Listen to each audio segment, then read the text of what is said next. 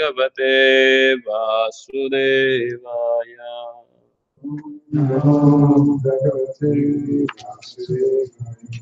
ओम नमो भगवते वासुदेवाय।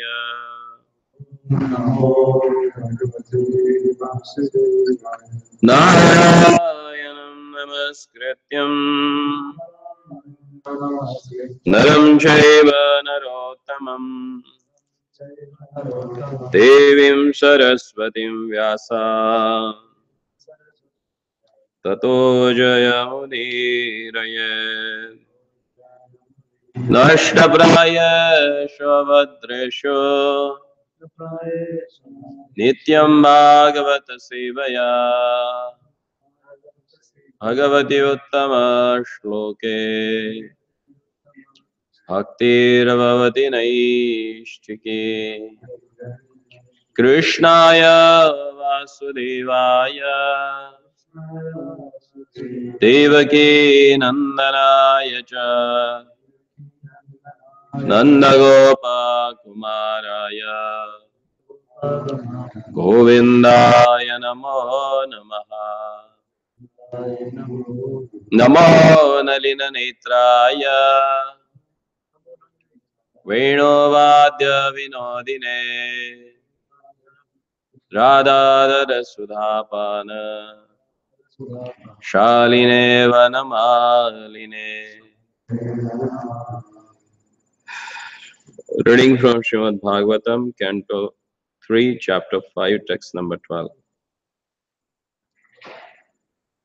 Munir Vivikshur Bhagavad Gunanam Sakapite Bharatama Krishna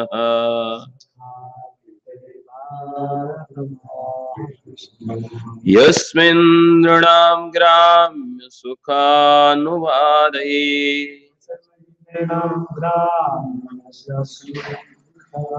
Matir Grihita Nuhare Kathayam.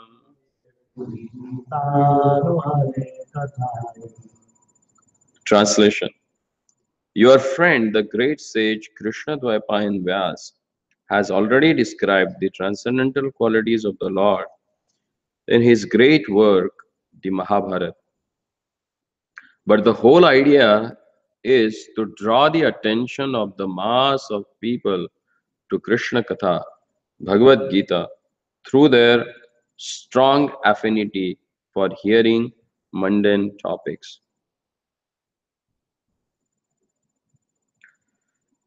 The great sage Krishna Dvaipayan Vyas is the author of the Vedic literature, of which his works Vedanta Sutra, Srimad Bhagavatam and Mahabharata are very popular readings. As stated in Srimad Bhagavatam, Canto 1, Chapter 4, Text number 24, Srila Vyasadeva compiled the Mahabharata for the less intelligent class of men, who take more interest in mundane topics than in the philosophy of a life.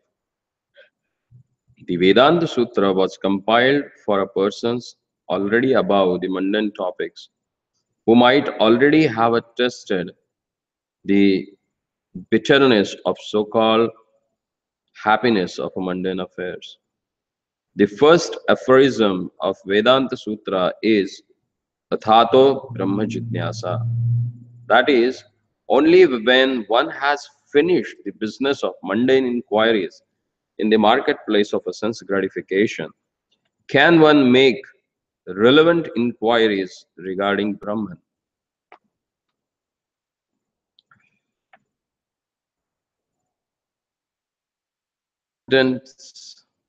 Those persons who are busy with the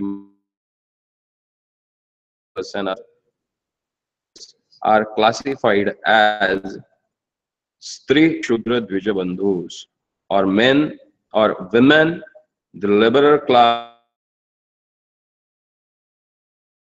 and unworthy sons of the Vaishya. Less intelligent men cannot understand the purpose of Vedanta Sutra, although They may make a show of studying the sutras in perverted ways. The real purpose of Vedanta Sutra is explained by the author himself in Srimad Bhagavatam. And anyone trying to understand Vedanta Sutra without reference to Srimad Bhagavatam is certainly misguided. Such a misguided persons who are interested in a mundane affair of a philanthropic and altruistic work under the misconception of the body as the self could better take advantage of Mahabharata, which was specifically compiled by Srila Vyasadeva for their benefit. The great author has compiled the Mahabharata in such a way that the less intelligent class of men who are more interested in the mundane topics may read the Mahabharata with a great relish, and in the course of such a mundane happiness can also take advantage of a Bhagavad Gita. The preliminary study of Srimad Bhagavatam or the Vedanta Sutra. Srila Vyasadeva had no interest in writing a history of mundane activities other than to give less intelligent person to chance for a transcendental realization through Bhagavad Gita. Vidura's reference to Mahabharata indicates that he had heard of the Mahabharata from Vyasadeva, his real father, while he was away from home and was touring the places of pilgrimage. Om Ajnanatimirandhasya Jnananjana Chakshurunmilitam Yena Tasmai Shri Gurave Namaha Sri Chaitanya Manobhishtam Sthapitam Yena Bhutale Swayam Rupa Kadamayam Dadati Swapadantikam Vandeham Shri Guroho Shri Yuta Padakamalam Shri Guru Vaishnavancha Shri Rupam Sagrajatam Sahagana Raghunathanvitam Tam Sajimam Sadvaitam Savadhutam Parijana Sahitam Krishna Chaitanya Devam Shri Radha Krishna Padan Sahagana Lalita Shri Vishakhanvitamsha Nama Om Vishnupadaya Krishna Prishtaya Bhutale Srimate Bhakti Vedanta Swamin Yutinam Namaste Saraswati Deve Gauravani Pracharine Nirvishesha Shunyavadi Pashatya Deshatarine Jaya Sri Krishna Chaitanya Prabhu Nityananda Shri Advaita Gadadhar Shivasadi Gaura Bhakta Vrinda Hare Krishna Krishna Krishna Hare Hare Hare Rama Rama Rama Hare Hare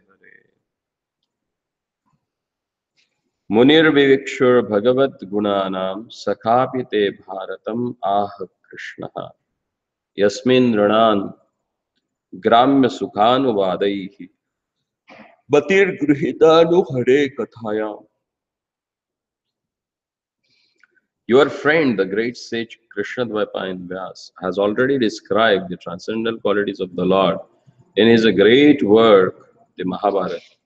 But the whole idea is to draw the attention of the mass of people to Krishna Katha through their strong affinity for hearing mundane topics.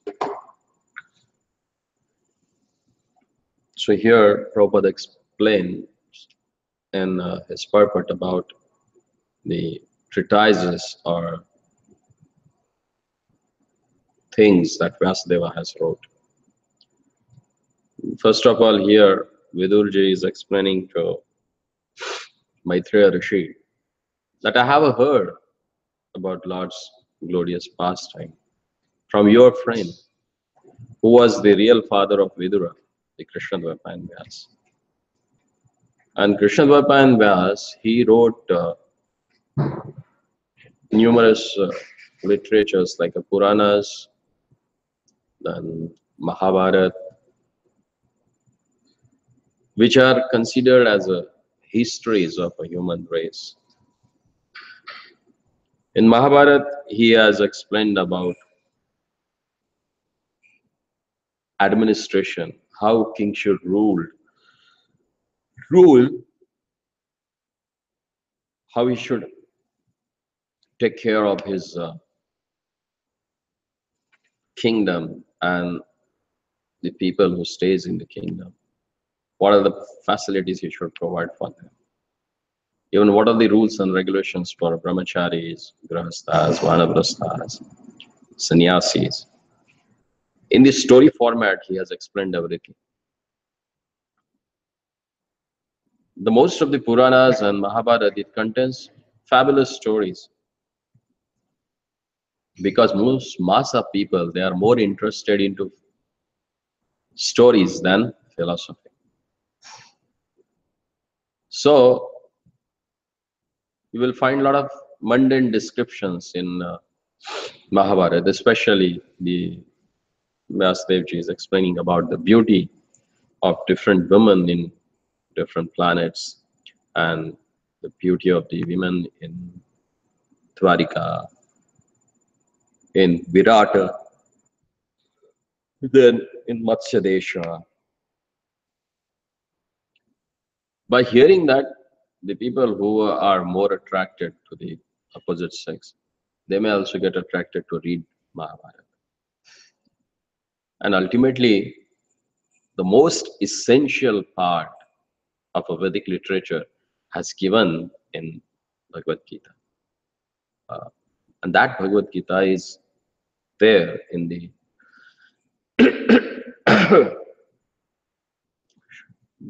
Mahabharata. So the whole mundane topic was explained so that people, by reading that, they should come across the teachings of Bhagavad Gita. As Prabhupada says here, that Bhagavad Gita is the preliminary study of Srimad Bhagavatam and Vedanta Sutta. He writes clearly here that if someone tries to study the Vedanta Sutras without the help of Srimad Bhagavatam, then it's useless. Because Srimad Bhagavatam is the original commentary on Vedanta Sutra written by Vedavyas, where he has given clear explanation about the Lord, his opulences, his relationship with the jivas, and ultimate destinations of jivas. Brahma Sutra or Vedanta Sutra starts with the first aphorism, Athato Brahma Jigyasa. And Srimad Bhagavatam starts with the explanation that who is the Supreme Personality of a Godhead? Who is that Brahman? The first verse itself gives us a clear idea about who is that. Om Namo Bhagavate Vasudevaya. I offer my obeisances to that person who is Bhagavan, who possesses all the six opulences. And who is that? He is none other than Vasudeva. So the Vedanta Sutra starts with the question or with the caution that now as you have got a human form of a life, you should start discussing about Brahman. And Srimad Bhagavatam starts with the discussion of Brahman. Tene Brahmradadi Kavaya Muyanti Surya Tejovari. There is explanation of the personality of a Godhead. Who is he? Swarat. No one can control him. And who has given this Vedic knowledge in the heart of Brahma?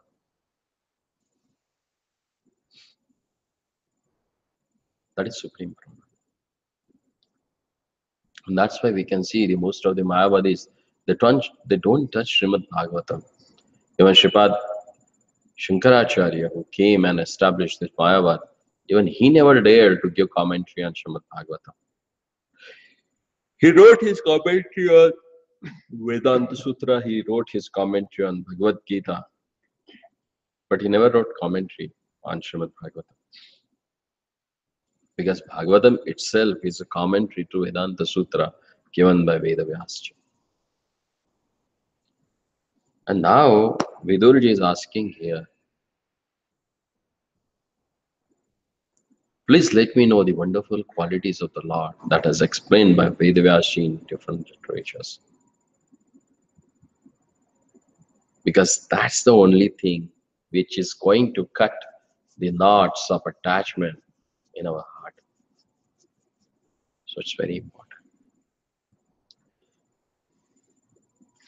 Then further in the next verse, when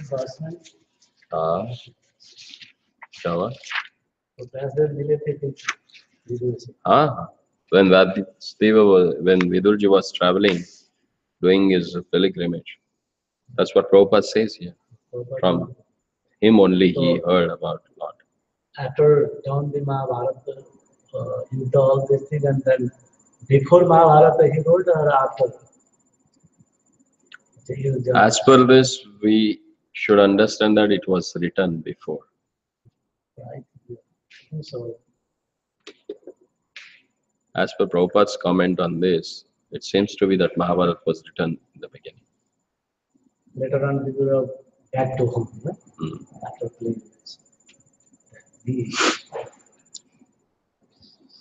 Sashraddadhanasya vivardhamana viraktimanyatra karoti pumsa hare padano smriti nirvritasya samasta dukkhapayamashudatte.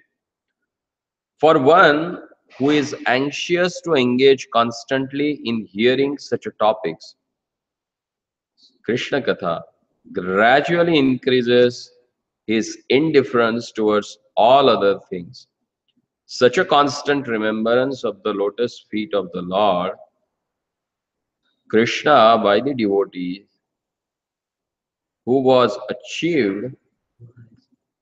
has achieved transcendental bliss, vanquishes all his miseries without delay.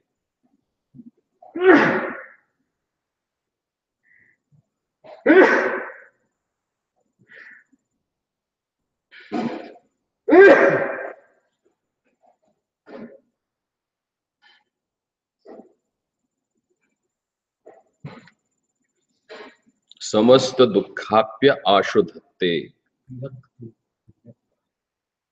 Ashudhatte. Immediately, he says, without delay. If someone is engaged in hearing about the Lord's glory, then it increases his virakti, his indifference to this material world and everything which can keep you bound to this material world. We must certainly know that on the absolute plane, Krishna Katha and Krishna are one and the same. The Lord is the absolute truth, and therefore his name, form, quality, etc., which are all understood to be Krishna Katha, are not different from him.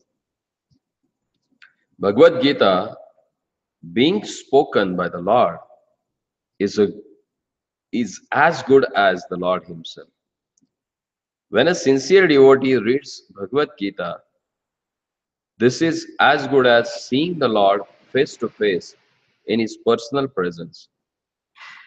But this is not so for the mundane wrangler. All the personal presence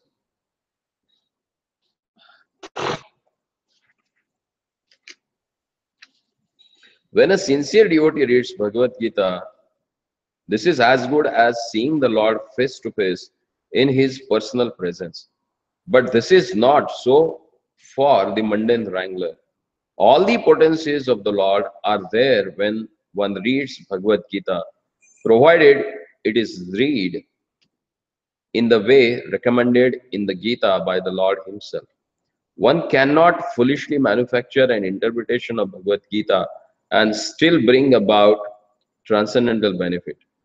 Anyone who tries to squeeze some artificial meaning or interpretation from the Bhagavad Gita for an ulterior motive is not Shraddhadhana Pumsaha, one engaged anxiously in bona fide hearing of Krishna Katha.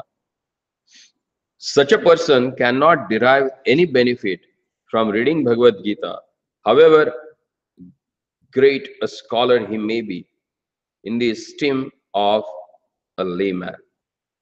Sorry.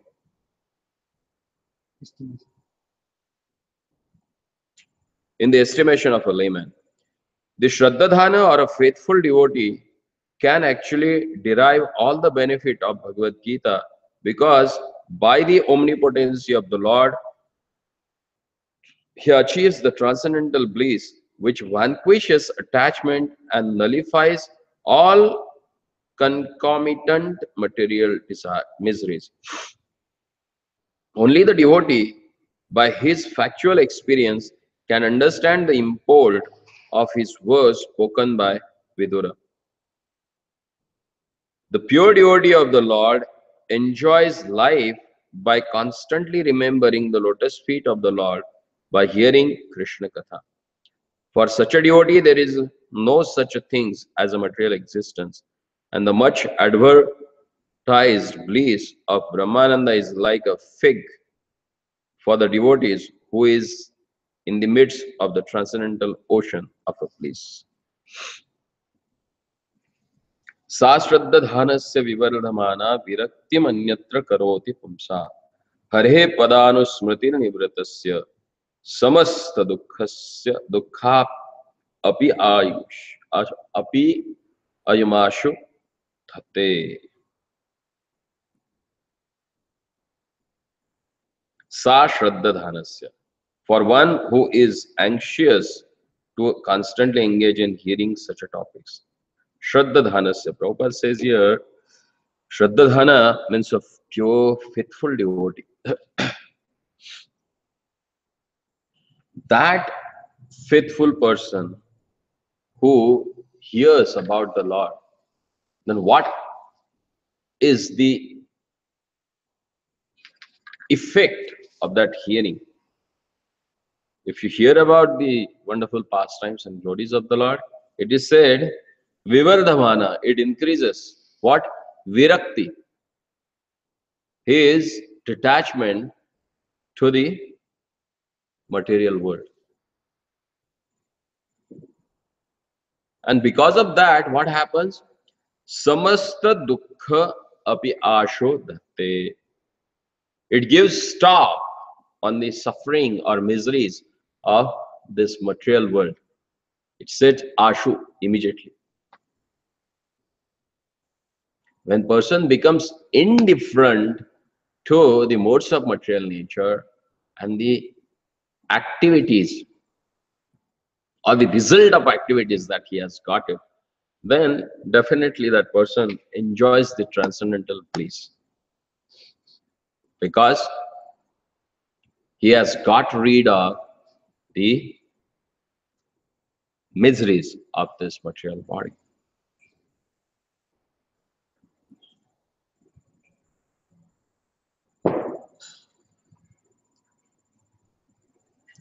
And here it is said, Krishna Katha is non-different from the Lord himself. There is no difference between Lord and his wonderful pastimes. Both have the same potencies to deliver you from this material world.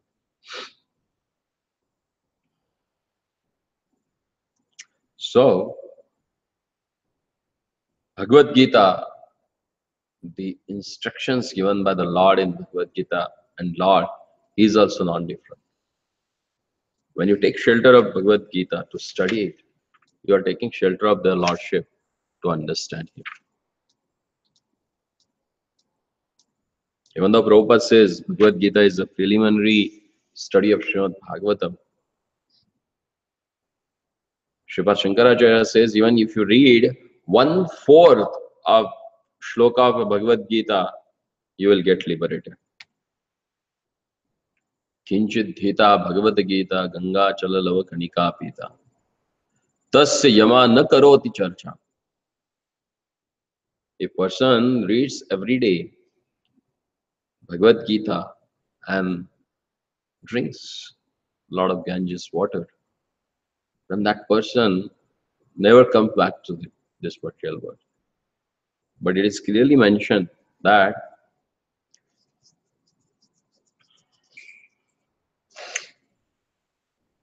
Yamaha na karoti tasya charcha.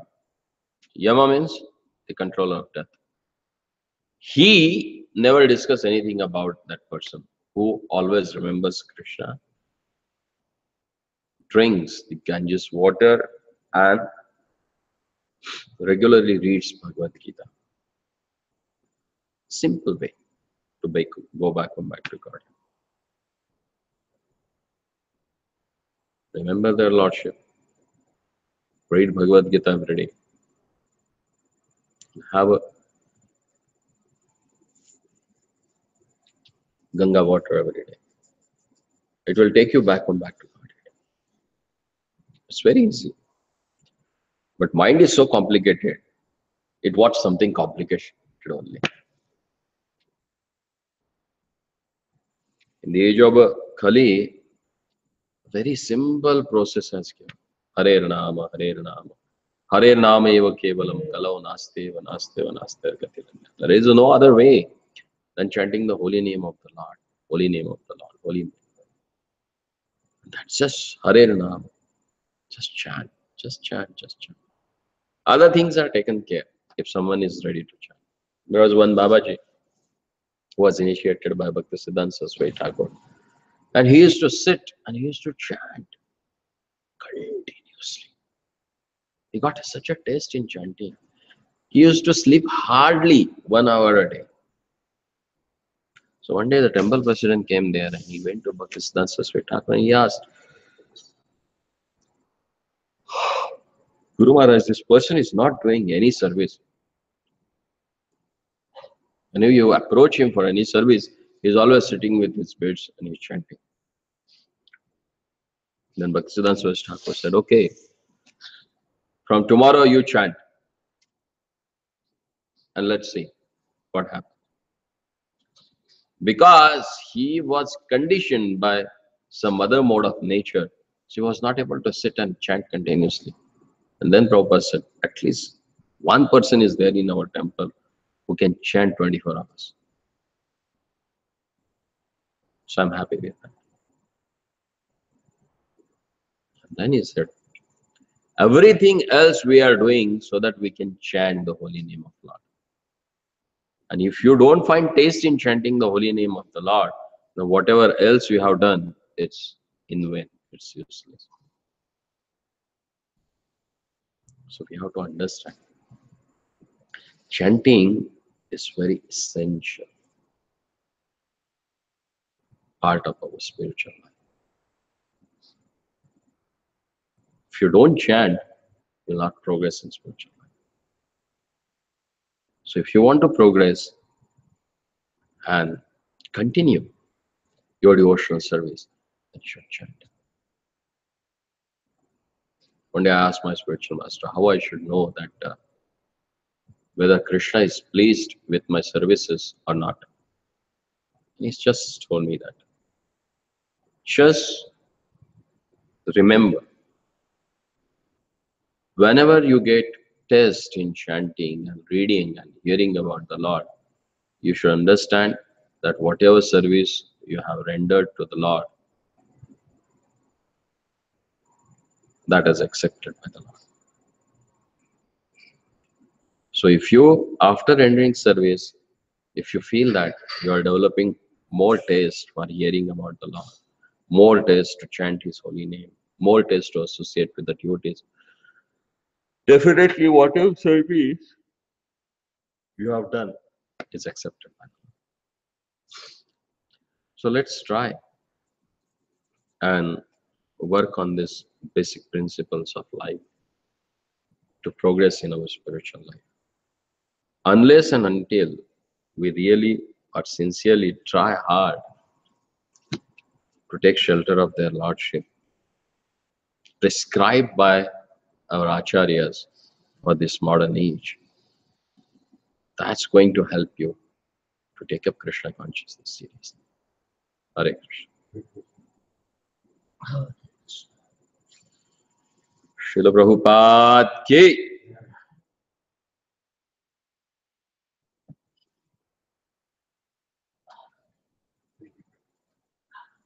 Hare